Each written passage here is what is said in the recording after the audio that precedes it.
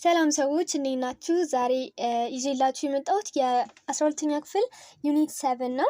The major regional and global development since the end of the Second World War። የሁለተኛው የዓለም ጦርነት ከተጠናቀቀ በኋላ በጣም ብዙ ሀገራዊ የሚሆኑ ዓለም አቀፋዊ ዴቨሎፕመንቶች ነበሩ። ልክ እንደ በኮሎናይዜሽን ስር የተያዙ ሀገሮች ነፃ መውጣት፣ ብዙ ኢንስቲትዩሽኖች መመስረት እና ሌላም ብዙ አክቲቪቲዎች ተካሂደው ነበር። እነሱን አክቲቪቲዎች በዩኒት ስር የምናየው ይሆናል። ስለዚህ አብራችሁን ቆዩ። The emergence of antagonistic superpowers, the USA versus the USSR። ሁለት ተቃራኒ የሆኑ የዓለማችን ሱፐር ናቹራል ወይ ደግሞ ሱፐር ፓወር የሆኑ ታላላቅ ፓወሮች መመስረት ነበር። እነዚህ ሁለት ፓወሮች ዩኤስኤ እና ዩኤስኤስአር ነበሩ፣ ወይ ደግሞ ሩሲያ ማለት ነው። World War II was mainly fought in Europe.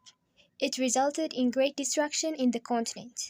The economies of the leading European powers like France, Britain, Germany were seriously affected by the war. Thus, their attempts at economic recovery turned out to be challenging tasks. Politically and militarily, they were exhausted and weakened as a result of the war. ማለትም ሁላችንም እንደምንጠቀው የሁለተኛው ዓለም ጦርነት የተካሄደው ዩሮፕ ውስጥ ነበረ እና በዚህ ምክንያት ኮንቲኔንቷ ዩሮፕ ላይ በጣም ብዙ ዲስትራክሽኖች እና ውድቀቶች የንብረትም ይሁን የህይወት ብዙ ዲስትራክሽኖች ደርሰው ነበረ። ስለዚህ የዩሮፒያን ፓወሮች ልክ እንደ ፈረንሳይ፣ ብሪቴን፣ ጀርመኒ ያሉ እንዲሁም ሌሎች እነ ኦስትሪያ ሁሉም ስቴቶች በዋሩ ተጠቅተው ነበረ። ነገር ግን ከዚህ ኢኮኖሚ ከደረሰባቸው ፖለቲካሊ ክራይሲስ በቀላሉ መነሳት አልቻሉም። ሁሌም እንደሚያደርጉት ቶሎ ሪከቨር የሚያደርጉት አይነት በሽታ አይደለም የገጠማቸው። ለብዙ ሰዓት ብሬክዳውን እንደሆኑ ቆዩና ፖለቲካሊም ኢኮኖሚካሊም ብዙ ችግሮች ገጠሟቸው። ስለዚህ አሁን ሁለቱ ቦታ ፓወሮች ለመምጣት ይመቻቸዋል። ማናማ ዩኤስኤ እና እንዲያውም ዩኤስኤ ውስጥ ብዙ ጦርነት ኮንቲኔንቷ ላይ አልተካሄደም። ሩሲያ ደግሞ ቫስትና ትልቅ ናት እናውቃለን። ሁለቱም ደግሞ የተቀላቀሉ ጦርነቱን ሊያበቃ አካባቢ ነበረ። ስለዚህ የእነዚህ የዩሮፒያን ፓወሮች መቀዛቀዝ ለሁለቱ ዩኤስኤ እና ዩኤስኤስአር መምጣት ትልቅ መንገድ ይከፍትላቸዋል ማለት ነው። Unlike the above groups of states, however, the USA and the USSR come out of the Second World War such as stronger than they had been before. As a result, they styled themselves as the superpowers of the post-World War second era. ማለትም ልክ እንደምንዳልኩት እንደ ሌሎቹ እነሱ ስላልተዳከሙ ራሳቸውን ከሁለተኛ ዓለም ጦርነት በኋላ እንደ ሱፐር ፓወር እንደ ከፍተኛ ስቴት ራሳቸውን አመጡ ማለት ነው ወደ ዓለም። How did USA and USSR become superpowers? ሁለቱ ታዲያ እንዴት ሱፐር ፓወር ሆኑ? የዓለማችን ኃይለኛ ሀገራት እንዴት ሊሆኑ ይቻሉ? Before the Second World War, the USA had been following the policy of isolationism. Isolationism ማለት ራስን ማስወገድ ከዩሮፖች ጉዳይ ውስጥ ራሳቸውን ጣልቃ ከመግባት ያቅቡ ነበር እና በቃ ለብቻቸው ነበረ ራሳቸውን ችለው ነበር የሚኖሩት ዩኤስኤዎች። The policy was based on the assumption that the USA could live in the peace if they avoided involvement in affairs of the Europe and the world. ለምንድን ነው አይሶሌሽኒዝም የተጠቀሙት ከተባለ ዩሮፕ ዩኤስኤ ሰላማዊ የሆነ ህይወትና ችግርን አቮይድ ለማድረግ። ምክንያቱም ዩሮፖች ብዙ ጊዜ ጦርነት ያነሳሉ። ስለዚህ ከዩሮፕና ከዓለም ጉዳይ ራሳችንን አርቀን ከቆየን ሰላማዊ የሆነ ህይወት ይኖረናል በሚል ኮንሰፕት ነው አይሶሌሽኒዝም ሲጠቀሙ የነበረው። But the two world wars proved that this policy was wrong. As you have learned in Unit 4 and 6 of this book, therefore, after 1945, the USA adopted a policy of active engagement in Europe as well as in other parts of the world. ማለትም ይሄ አይሶሌሽኒዝም የሚባለው ፖሊሲ ወደ መጀመሪያውና ሁለተኛው ዓለም ጦርነት ጋር ሲመጣ ግን ትክክል እንዳልሆነ ተገነዘቡ። ምክንያቱም ከዓለም ራሳቸውን አርቀው ቢቆዩም ያው የተለያየ ፋክተር ነበረ ድሬን ያደረጋቸው ወደ ጦርነቱ። ስለዚህ ባለፉት ዩኒት ላይ እንደተመለከታችሁት ልክ እንደ ወርልድ ዋር እና ሰከንድ ወርልድ ዋር እና ፈርስት ወርልድ ላይ ዋር ማለት ነው ሳይፈልጉም ቢሆን እነሱ ጦርነቱን ተቀላቅለው ፓርት ኦፍ ዘ ወርልድ ሆነው ነበር፣ የዋሩ አባል ሆነው ነበረ። Except for the island of Hawaii, the territory of the USA had not been battleground for Second World War. Indeed, the USA had served as a supplier of war materials, foods, manufactured goods for the Allied forces and states during the Second World War. ማለትም ሀዋይ ላይ ብቻ ነበረ የዩኤስኤ ፓርት የተጠቃው ማለት ነው። በሁለተኛ ዓለም ጦርነት ላይ ምንም ከሀዋይ ውጪ የትኛውም የአሜሪካ ምድር ላይ ጦርነት አልተካሄደም ነበር። ኦፍኮርስ የተለያዩ የምግብ የጦር መሳሪያ ማኑፋክቸርድ የሆኑ ጉዶችን ለአላይድ ፓወር ለነ ብሪቴን ስታቀብልና ስትረዳቸው ነበረ። ነገር ግን በአሜሪካ ምድር ላይ ምንም አይነት ጦርነት አልተካሄደም ነበረ። As a result, its agriculture and industry has been expanded during the war. Consequently, it came out of the Second World War richer and more powerful than it had been in the pre-war. እነሱ እዛ ሲዋጉና ሁሉም ነገር ዲስትራክት ሲሆንባቸው እሷ ግን ያው የሚፈልጉትን እያቀበለች ነገር ግን ያው በአሜሪካ ምድር ላይ ብዙ የኢንዱስትሪና የአግሪካልቸራል ስራዎች ኤክስፓንድ እየሆኑ ነበረ። በዚህም አማካኝነት ልክ ጦርነቱ አልቆ ሌሎቹ ዲስትራክት እንደሆኑ ሲታይ እሷ ግን በልጽጋ ነበር፣ በሁሉም ነገር አድጋ ነበረ በፊት ከነበረችበት ቦታ ይልቅ ማለት ነው። Between 1928 and 1945, the gross national product or GNP of the USA had grown from $91 billion to $2013 billion. After the Second World War, the average income of American citizens was 2 times that of the British citizens, and 7 times as that of Russians. Oh my goodness. ይሄ ምንድነው የሚለው ከ1928 እና በ1945 ባለው ጊዜ መካከል የአሜሪካ ግሮስ ናሽናል ፕሮዳክት በአጠቃላይ ከ91 ቢሊዮን ወደ 213 ቢሊዮን አድጎ ነበር። ይሄ ማለት ከእጥፍ በላይ ነው የጨመረው። ሲቀጥል ደግሞ የአንድ ሲቲዝን የአሜሪካ ሲቲዝን ያገኝ ከነበረው ኢንካሙ ኖርማል አንድ ሰው የሚያገኘው አለ ክፍያ ከዛ በእጥፍ ነው ያደገው። ከብሪቴኖች ከሩሲያኖች አንጻር ሲታይ ደግሞ በ7 እጥፍ ነው ያደገው። So in 1950 more than a half of the world's total motor vehicles was found in USA. But this is not to deny the existence of poor quarters or slums and very poor Americans in the USA. owing to uneven distribution of health. ምንድነው የሚለው በአጠቃላይ በዓለም ላይ ከነበሩ የሞተር ቪክሎች መካከል ግማሾቹ ዩኤስኤ ውስጥ ነበር የሚገኙት እና በጣም የበለጸገች ነበር። ይሁን እንጂ ዩኤስኤ ውስጥ በጣም ድቅቅ ያሉ ደሃዎች በስነ ስርዓት ራሳቸውን ማኖር የማይችሉ ህዝቦች የሉም ማለት አይደለም። ይሄ የሚያሳየው ምንድነው ያው ካፒታሊስት የሆነች ሀገር እንደመሆኗ ኢቭን የሆነ ዲስትሪቢዩሽን የለም። ብዙ ገንዘብ ያገኘ ይሰራል፣ ፕራይቬት የሆነ ፕሮፐርቲ እና ዌልዝ አኩሙሌሽን ይኖራል። ደሃ የሆነ ደግሞ ምንም አያገኝም፣ እንደደህየ ይኖራል። እንደዛም ሆኖ ግን በጣም ብዙ ነገር አግኝታ ነበረ። Nonetheless, the USA was by the far the richest country in the world during the immediate post-war periods. ማለትም ከሁለቱም ጦርነቶች በኋላ ከሁለተኛው ዓለም ጦርነት ከመጀመሪያውም ብቻ በእነዚህ ጊዜዎች ባለው ሰዓት ላይ የዓለማችን ሀብታም ሀገር እንትን ነበረች፣ USA ነበረች።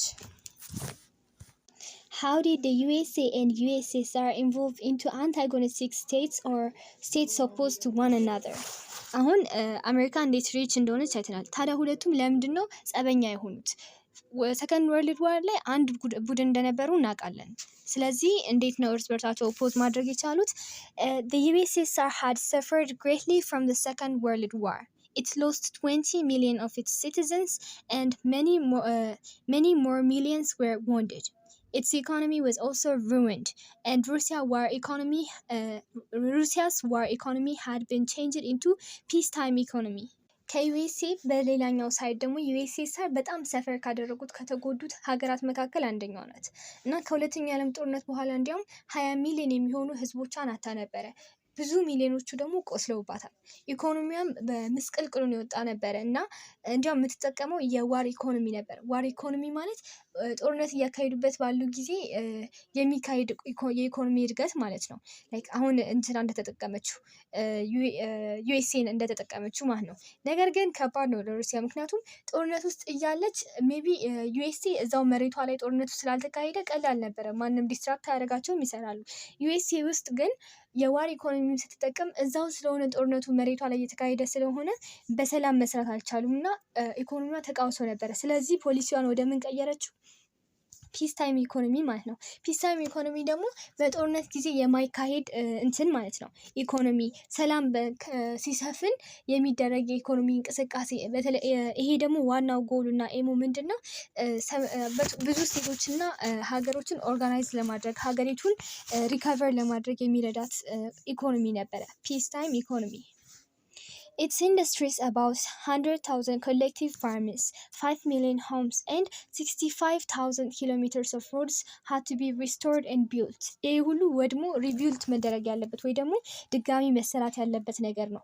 5 ሚሊዮን የሚሆኑ ቤቶች፣ 100,000 የሚሆኑ ፋርሞች እንዲሁም ደግሞ 65,000 ኪሎ ሜትር የሚያክሉ መንገዶች ማለት ነው። እነዚህ ሁሉ ዲስትራክት የተደረጉ ናቸው። ሪኮንስትራክት መደረግ ያለባቸው ናቸው። Reconstruction and resettlements were a policy priority in the immediate post-Second World War. ከሁለተኛ ዓለም ጦርነት በኋላ የመጀመሪያ ስራቸው ምንድን ነበረ? የወደሙ ነገሮችን ድጋሚ ሪኮንስትራክት ማድረግና የተፈናቀሉ ህዝቦችን ሪሰትል ማድረግ ነበረ። So in 1945, the gross national product of the Soviet Union or Russia amounted to be the third of that of USA. And by the 1953, the gap was considerably narrow. በ1945 ልክ ጦርነቱ እንዳለቀ ማለት ነው የሩሲያ ግሮስ ናሽናል ፕሮዳክት ከዩኤስኤ አንጻር ሲታይ 1/3 ብቻ ነበር የሚያክለው፣ በጣም ትንሽ ነበረ። ከዛ ግን በ1953 ኦልሞስት ከ8 ዓመት በኋላ ማለት ነው ጋፑ ትንሽ ነበር፣ ጠባብ ጋፕ ነበረ። እንደ ድሮ በ1/3 የዩኤስኤን 1/3 ብቻ አልነበር የሚያክለው gross national product በጣም አድጎ ነበረ። Since 1949, the USSR became the second countries competing for the greatest power status of the USA had already enjoyed. USA already አጣጥማ የጨረሰችውን የኮምፒቴቲቭ ፓወርፉል የመሆን ሀገር ኮምፒቲሽን ጀመረች USSR በ1949 እሷም ኢኮኖሚዋ ሪካቨሪ ያደረገ ሀያል የሆነች መነሳት ስትጀምር ከዩኤስኤ ጋር ፓወርፉል ለመሆን መቀናቀንና ኮምፒት ማድረግ ጀመረች ማለት ነው። By the 1949, two superpowers could be said to have existed in the world. Those were the USA and USSR. No nation other than the two possessed the atomic bombs at that time. And though later more states developed it. ምንድን ነው የሚለው? ታዲያ በ1949 በዓለም ላይ ያኔ ከጦርነቱ በኋላ በ49 ማለት ነው የዓለማችን ፓወርፉል የሚባሉ ሀገሮች ሁለቱ ብቻ ነበሩ፣ ዩኤስኤ እና ዩኤስኤስአር እና ሁለቱ ሀገራት ደግሞ በዛ ጊዜ የነበረውን ልዩ የተባለ አቶሚክ ቦምብ ሁለቱ ያደርጉት ነበረ። ሁለቱ ሀገራት ብቻ ነበራቸው ይሄ ቦምብ። ሲቀጥል ደግሞ ሌሎች ሀገራት ቀስ በቀስ ይህንን ቦምብ መስራትና መያዝ ጀምሯል። ነገር ግን እነሱ በቅርብ ጊዜ ነው። ነገር ግን በዛን በጥንት ጊዜ መጀመሪያ የነበሯቸው ሁለቱ ፓወርፉል ካንትሪዎች ናቸው። So moreover, the USA and the USSR followed two different ideologies. የተለያየ አመለካከትና አስተሳሰብ ነበራቸው። ፖለቲካል ፊሎሶፊ ልንለው እንችላለን ይህንን አይዲዮሎጂ that were opposed to one another። ነገር ግን ይሄ አይዲዮሎጂ የሁለቱም ተመሳሳይ አልነበረም፣ እንዲያውም እርስ በርሰው የሚቃረን ነበረ። The USA followed the road of capitalism and the USSR that of communism። ዩኤስኤ የምትከተለው አይዲዮሎጂ ወይ ደግሞ የፖለቲካል ፍልስፍና ካፒታሊዝም ነበር። ካፒታሊዝም ማለት ቅድም እንዳልኩት የፕራይቬት ኦነርሺፕ የሚበረታታበት፣ ሰዎች በግላቸው ሀብታም እንዲሆኑ እንዲያድጉ የሚበረታታበት ሲስተም ነው።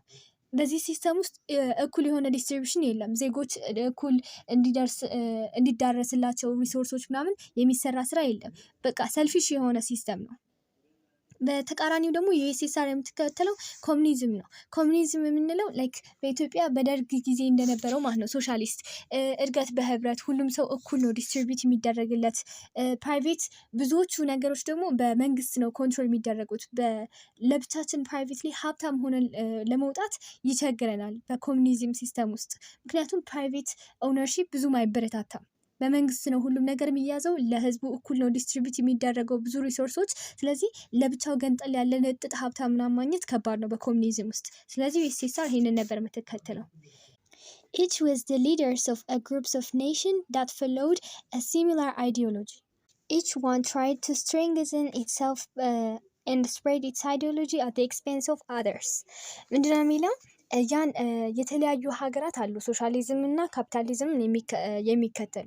ስለዚህ ሶሻሊዝምን የሚከተሉ ሀገሮች ሁሉ መሪ ሩሲያ ነበረች። ካፒታሊዝምን የሚከተሉ ሀገሮች በሙሉ ደግሞ መሪ ዋናዋ ዩኤስኤ ነበረች ማለት ነው። ሁለቱም ዩኤስኤም ዩኤስኤስአርም የራሳቸውን ሀሳብ በተለያዩ ሀገሮች ላይ ለማስረጽ ሲባል ብዙ ኢንፍሉዌንስ ያሳድራሉ በሀገሮች ላይ። አሁን ብዙ ሀገሮች የምናያቸው ብዙዎቹ ሶሻል እና ካፒታል የሆኑት ያኔ ዩኤስኤ እና ዩኤስኤስአር ባደረሱባቸው ኢንፍሉዌንስ ነው። ሰው እንደዚህ ነበር የሚያስፋፉት። እስካሁን ድረስ ያየነውን ሪቫይዝ ለማድረግ እና በአጭሩ ከቨር ለማድረግ ያህል ስናይ ምንድን ነው መጀመሪያ ላይ ሁሉም ዩሮፖች ከጦርነቱ በኋላ ደካክመውና ኢኮኖሚያቸው ተቃውሰው ወድቀው ነበረ። ይሁን እንጂ በዛን ጊዜ ሁለት ፓወርፉል ስቴቶች ነበሩ ከጦርነቱ በኋላ ዩኤስኤ እና ዩኤስኤስአር። ዩኤስኤ ሁሉም ሀገራት በተዳከሙበት ጊዜ እሷ ጦርነቱ ሀገሯ ላይ ስላልተካሄደ በርታ ብላ ብዙ ነገሮችን በማምረቷ የዓለማችን ሀብታም ሀገር መሆን ችላ ነበር ከጦርነቱ በኋላ። በአግሪካልቸር እና በኢንዱስትሪ ብቻ ሳይሆን ዩኤስኤ ከዩኤስኤስአር ቀድማ በዛን ጊዜ በጣም ዲስትራክቲቭ ወይ ደግሞ አውዳሚ የሚባለውን የአቶሚክ ቦምብ ሰርታ ነበር። ሂሮሺማ እና ነጋሳኪን ያጠፋችበት ማለት ነው ላይ የጣለቻቸው ቦምቦች እሱን ማምረት ችላ ነበር። በጣም ቶክሲክ እና ዲስትራክቲቭ የሆነ ቦምብ ነበረ። ከዛ ደግሞ ዩኤስኤስአር እንዴት ፓወርፉል እንደሆነች መጀመሪያ ላይ እንደሌሎቹ ዩሮፒያን ሀገራት እሷም ወድቃ ነበረ። ከዛ ግን የፒስ ታይም ኢኮኖሚን ተጠቅማ ማንሰራራትና መነሳት ጀመረች። በተነሳችበት ጊዜም በ1949 ኦልሞስት ከዩኤስኤ ጋር ተቀራራቢ የሚባል የኢኮኖሚ ደረጃ ላይ መድረስ ቻለች። ከዛ ሁለቱ የራሳቸውን ፖይንት ፊሎሶፊ የያዙ ካፒታሊዝም እና ሶሻሊዝም። ካፒታሊዝም የሚከተሉትን ሀገሮች ዩኤስኤ መምራት ጀመረች። ሶሻሊዝም የሚከተሉትን ደግሞ ዩኤስኤስአር መምራት ጀመረች ማለት ነው። በዚህ አማካኝነት ሁለቱም ፓወርፉል ሀገር ሆነው ኤግዚስት አደረጉ። ለዛሬ ነበረን ርዕስ ይህን ይመስል ነበር። በሚቀጥለው ቪዲዮ ደግሞ ዲቪዥን ኦፍ ዘ እርዝ the world into ኢስት ኤንድ ዌስት ኦፍ ዘ ኮልድ ዋር ሆኖ ቹም ላይክ እና ሰብስክራይብ ማድረግ እንዳትረሱ። እንዲሁም ደግሞ ማትሪክ ተፈታኝ ለሆኑ ጓደኞቻችሁ ሼር ማድረግ እንዳትረሱ።